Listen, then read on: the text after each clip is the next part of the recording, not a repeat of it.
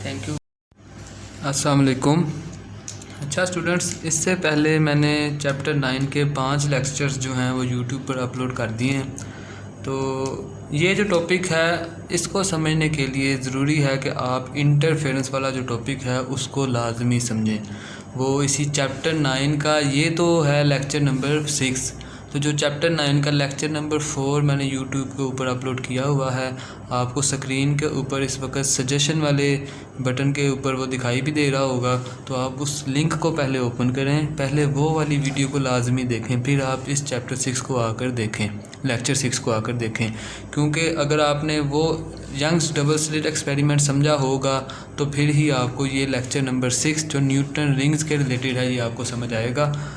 तो शुरू करते हैं लेक्चर नंबर 6। इससे पहले जो लेक्चर नंबर 5 था वो है इंटरफेरेंस इन थिन ऑयल फिल्म्स। तो अब हम इंटरफेरेंस एक स्पेशल तरीके से एक जो न्यूटन ने की थी वो करने जा रहे हैं।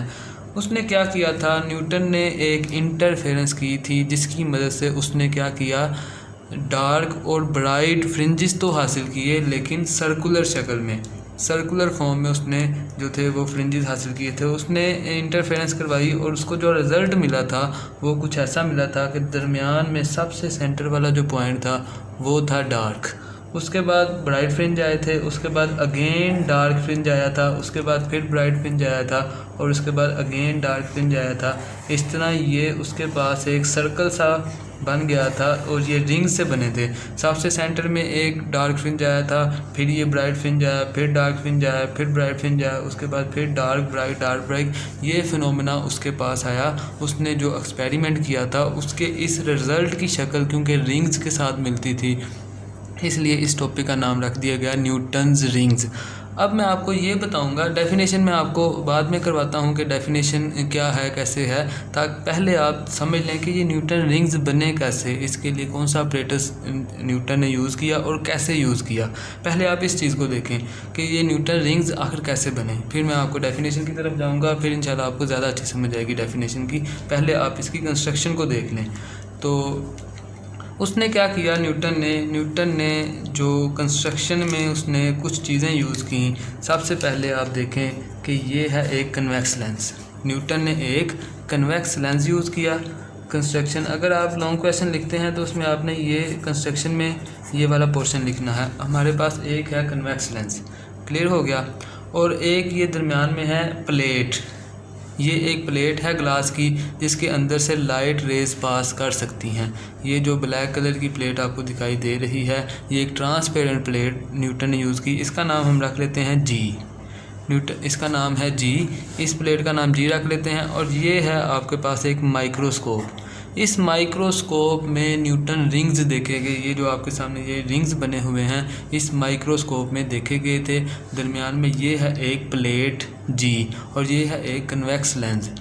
और ये जो ग्रीन कलर का आपको दिखाई दे रहा है ये है प्लेनो कन्वेक्स लेंस। ये क्या है, प्लेनो कन्वेक्स लेंस। इसको प्लेनो कन्वेक्स लेंस क्यों कहते हैं, इस कन्वेक्स लेंस की एक साइड आप देख रहे हैं बिल्कुल प्लेन है जबकि दूसरी साइड इसकी कर्व्ड है। तो दूसरी साइड इसकी बिल्कुल इस तरह है कि जैसे लेंस का एक हाफ साइड होती है, जिसमें ये लेंस की दोनों साइडें क्या हैं, कर्व हैं, गोल हैं।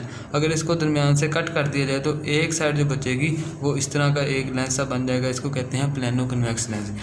इस प्लेनो कन्वेक्स लेंस को इस एक प्लेट के ऊपर रखा गया है। इस प्लेट, ये भी एक प्लेट है जो कि बिल्कुल सीधी है और इसमें से भी लाइट क्या करती है, रिफ्लेक्ट करती है। इस प्लेट के ऊपर इस प्लेनो कन्वेक्स लेंस को रखा गया है। मैं इसको थोड़ा जूम करके भी इस पिक्चर को दिखा देता हूँ। अच्छा, ये जो चीज़ मैं करने जा रहा हूँ ये रफ़ वर्क में होगी, ये आपके टॉपिक का हिस्सा लिखने के लिहाज से नहीं है, एग्ज़ाम में समझने के लिए ज़रूरी है। तो इसको मैं रफ़ वर्क कह लेता हूँ। तो ये देखें, ये एक है प्लेनो कन्वेक्स लेंस। ये उसने किस तरह से रखा हुआ है, इसको थोड़ा मैं ज़्यादा जूम करके बना देता हूँ कि लेट्स सपोज ये हमारे पास एक प्लेनो कन्वेक्स लेंस है इस तरह से। इसको उसने रखा हुआ है इस प्लेट के ऊपर। इस प्लेट को भी मैं इधर बना लेता हूँ। इसको उसने इस प्लेट के ऊपर इस तरह करके रखा हुआ है। ये एक प्लेट है, ऊपर पड़ा हुआ है प्लेनो कन्वेक्स लेंस। तो उसने क्या किया, सबसे पहले उसने ऐसा किया कि एक पॉइंट सोर्स लिया, एक लाइट का पॉइंट सोर्स लिया जो कि बिल्कुल इसके प्रिंसिपल फोकस बिल्कुल इसके सामने पड़ा हुआ है, इसके सेंटर के बिल्कुल लेंस के सामने पड़ा हुआ है। इसमें से रेज इस तरह करके निकली और एक रे इधर इस तरह करके निकली। जब ये रे इधर से इस तरह करके बाहर की तरफ निकली और ये क्योंकि कन्वेक्स लेंस है, ये रे क्या करेगी, अंदर की तरफ बेंड हो जाएगी। इसका जो स्फेरिकल शेप होगी वो एक स्ट्रेट शेप बन जाएगी वेव की, तो इधर से टकरा के ये बिल्कुल इधर इस तरह स्ट्रेट चली जाएगी इस तरह करके। तो इसी तरह जो ये वाली वेव है ये भी इधर से टकराएगी, इधर से ऐसे, तो ऐसे टकरा के ये इसके इधर से सीधी चली जाएगी, इधर जाके टकराएगी। और एक सपोज कर लेते हैं वेव इसके सेंटर से लाइट की इस तरह जा रही है, क्योंकि जो सेंटर से जाएगी वो किसी भी तरफ को बेंड नहीं करती, वो बिल्कुल सीधी चली जाती है। इस बात का आपको इल्म है कि जब कन्वेक्स लेंस में से उसकी सरफेस के उसके किनारे के करीब जब रे टकराती है तो वो बेंड कर जाती है, लेकिन जब सेंटर से गुजरती है तो वो बेंड नहीं करती। इसको मैं डॉटेड फॉर्म में इस तरह ड्रा कर लेता हूँ कि ये रे इस तरह ही और सीधी चली गई। तो अब देखें ये रे इधर टकराएगी, ये भी एक ग्लास का मटेरियल है जिसमें से रेज पास कर सकती है। तो क्या होगा, सबसे पहले कुछ रे इसमें से आएगी और वो इसके साथ रिफ्लेक्ट करके नीचे की तरफ चली जाएगी। ऐसे ये रे रिफ्लेक्ट करके नीचे की तरफ जाएगी और इधर से टकरा कर ये दोबारा रे, पहले ये नीचे की तरफ आ रही है और टकरा के ये दोबारा ऊपर की तरफ जाएगी। तो ये रे दोबारा टकरा के इधर माइक्रोस्कोप की तरफ चली जाएगी। तो देखने वाला इस रे को ये देख सकता है कि रे क्या है, सबसे पहले प्लेनो कन्वेक्स लेंस की तरफ गई, टकरा कर फिर वापस आ गई। और इसी तरह ये दूसरी रे है, ये भी इसी तरह नीचे टकराएगी, आके इधर से टकरा कर क्या करेगी, दोबारा ये वापस जाएगी और इधर माइक्रोस्कोप के अंदर चली जाएगी। तो ये होगी इस तरह की दो रेज़। अभी मैं आपको इसकी जस्ट कंस्ट्रक्शन बता रहा हूँ, अभी मैं आपको बताऊँगा कि ये रिंग बने कैसे। तो लेक्चर पूरा सुनिएगा, ये बड़ा इंटरेस्टिंग होने वाला लेक्चर है। तो जो सेंटर में रे आई वो इस तरह टकराएगी, टकरा के ये बिल्कुल इसके सेंटर से टकराएगी ऐसे, और ये है कन्वेक्स लेंस का बिल्कुल सेंटर, जो कि प्लेनो कन्वेक्स लेंस इस प्लेट के ऊपर पड़ा हुआ है, इसका ये है बिल्कुल सेंटर। जब ये इधर से टकराएगी, टकरा के ये रे भी क्या करेगी, माइक्रोस्कोप के अंदर चली जाएगी और देखने वाला इस रे को भी ऑब्जर्व कर लेगा। अब देखें इसमें होता क्या है। ये मैंने फ़िगर आपके सामने इसलिए बनाई है कि बाद स्टूडेंट्स कहते हैं कि फ़िगर आप सामने शो करके बनाया करें तो हमें ज़्यादा समझ आती है। तो अब इसमें होगा क्या, लेट्स सपोज ये जो लेफ़्ट वाली रे है, लेफ़्ट वाली रे, ये लेट्स सपोज मैं कहता हूँ इधर से आई ऐसे, ये इस तरह नीचे की तरफ ऐसे आ रही है। जब ये रे इधर पहुंचेगी, ये रे इधर आके, अब देखें जिस तरह ये कन्वेक्स लेंस का ये एक सफ़ेयर सा बना हुआ है, ये एक कर्व पाथ सा है, उसी तरह इस प्लेनो कन्वेक्स लेंस का ये क्या है, एक कर्व पाथ है। तो रे क्या करेगी, इधर से, अच्छा देखें ये है इसकी सरफेस। अब दो फिनोमेना इधर अकर होंगे, एक तो रे जब ये नीचे की तरफ आएगी, टकरा कर कुछ रेज क्या करेंगी, वापस चली जाएंगी ऊपर की तरफ, ऐसे वापस चले जाएंगे, लेकिन कुछ रे क्या करेंगी, इसमें से पास कर जाएंगी। लेकिन वो पास कैसे करेंगी, ये थोड़ा सा बेंड हो जाएगा, क्योंकि ये एक कन्वेक्स लेंस की साइड है, इसमें रे क्या करेगी, बेंड हो जाएगी। अब ये बेंड की गई रे जब इस नीचे वाली प्लेट के साथ टकराएगी तो दोबारा क्या करेगी, इससे रिफ्लेक्ट करके ये ऊपर की तरफ ऐसे चली जाएगी। क्लियर हो गया।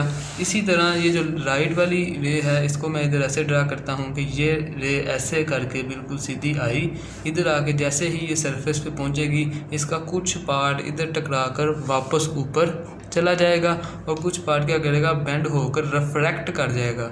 ज़हन में रखें, रिफ्लेक्शन और रिफ्रैक्शन में फ़र्क होता है। जो रिफ्लेक्शन होती है उसका मतलब है कि कोई रे टकरा कर वापस चले जाना, और रिफ्रैक्शन होती है रे का टकरा कर उसमें से गुजर जाना। तो कुछ रे इधर आएगी, इस पॉइंट के साथ टकराएगी, टकरा कर ऊपर की तरफ वापस चली जाएगी। लेकिन जो कुछ रे होगी वो इधर आएगी, इसमें से पास करेगी, क्योंकि ये प्लेनो कन्वेक्स लेंस है, ये एक कर्व पाथ है। तो रे क्या करेगी, बेंड होकर इधर को आएगी, इधर से टकरा कर अब दोबारा क्या करेगी, रे ऊपर की तरफ चली जाएगी। अब रे क्या कार्य ऊपर की तरफ चली गई। अब देखें इंटरफेरेंस वाले टॉपिक में जो लेक्चर नंबर 4 में भी मैंने बताया था, लेक्चर नंबर 5 में भी मैंने बताया था, इसी तरह जो चैप्टर नंबर 8 है उधर भी मैंने बताया था कि जो इंटरफेरेंस है उसके लिए पाथ डिफरेंस का होना नहायत ज़रूरी है। जब तक पाथ डिफरेंस नहीं होगा इंटरफेरेंस नहीं होगी। अब अगर आप इसमें देखें कि एक रे ये है जो ऊपर से नीचे की तरफ आई, एक रे टकरा कर ये भी ऊपर की तरफ आ रही है। हकीकत में रे ये एक ही थी, जस्ट हमारी इस कन्फिग्रेशन की वजह से ये रे दो में डिवाइड हुई और डिवाइड होकर वापस ऊपर की तरफ चली गई। अब आप इसमें ये देख रहे हैं कि इतना ये क्या आ गया, पाथ डिफरेंस। इसी तरह ये जो रे है ये भी जब टकरा कर ऊपर की तरफ जाएगी, इसमें भी क्या आ गया, पाथ डिफरेंस। जब भी ये पाथ डिफरेंस आएगा तो हमारे पास क्या होगी, इंटरफेरेंस होगी। और लेक्चर नंबर 4 में मैंने आपको बताया था कि लाइट की जब भी इंटरफेरेंस होगी तो स्क्रीन के ऊपर हमें ब्राइट और डार्क फ्रिंजेस दिखाई देंगे। तो इसी पाथ डिफरेंस की वजह से क्या हुआ, इस माइक्रोस्कोप के अंदर जब रे इधर से आई टकरा कर नीचे गई, जब इधर से गई तो इस प्लेनो कन्वेक्स लेंस और नीचे प्लेट वाले जो ग्लास प्लेट वाले लेंस के दरमियान एक पाथ डिफरेंस जनरेट हो गया। वो पाथ डिफरेंस कैसे जनरेट हुआ, अब देखें सेंटर में जो ये प्लेनो कन्वेक्स लेंस है इस प्लेट के साथ बिल्कुल जुड़ा हुआ है, तो उधर एयर की थिकनेस ना होने के बराबर है। जैसे जैसे हम इधर की तरफ जाएंगे तो क्योंकि प्लेनो कन्वेक्स लेंस ये इस तरह गोल होता जा रहा है तो दरमियान में एक गैप इंक्रीज़ होता जा रहा है, तो इधर एयर आने की जगह मौजूद है। इसी तरह इसकी राइट साइड पे भी एयर आने की जगह मौजूद है। तो जब ये इधर रे आएगी टकरा कर ये वापस जाएगी, क्योंकि ये एक कर्व्ड पाथ था जो मैंने इसी तस्वीर को जूम करके दिखाया है आपके सामने ये। तो जब ये कर्व्ड पाथ के पास आएगी तो इधर से क्या करेगी, ये रे थोड़ा सा अंदर की तरफ बेंड होकर जब ये दोबारा रिफ्लेक्ट होगी तो वापस जाते हुए इधर से ही आप देखें इसके अंदर एक पाथ डिफरेंस क्रिएट हो जाएगा। और इसी तरह इस रे के अंदर भी क्या हो जाएगा, एक पाथ डिफरेंस क्रिएट हो जाएगा। बेसिकली ये जो पाथ डिफरेंस क्रिएट हो रहा है इसी की वजह से क्या होती है, इंटरफेरेंस जनरेट होती है, जो कि हमें इस माइक्रोस्कोप के अंदर दिखाई देगी।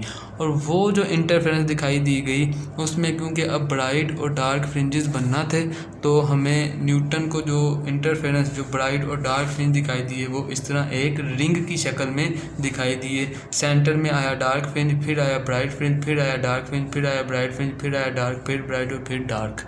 तो यहाँ तक आपको पता चल जाना चाहिए कि इंटरफेरेंस हुई क्यों, वो इसलिए हुई इस पाथ डिफरेंस की वजह से।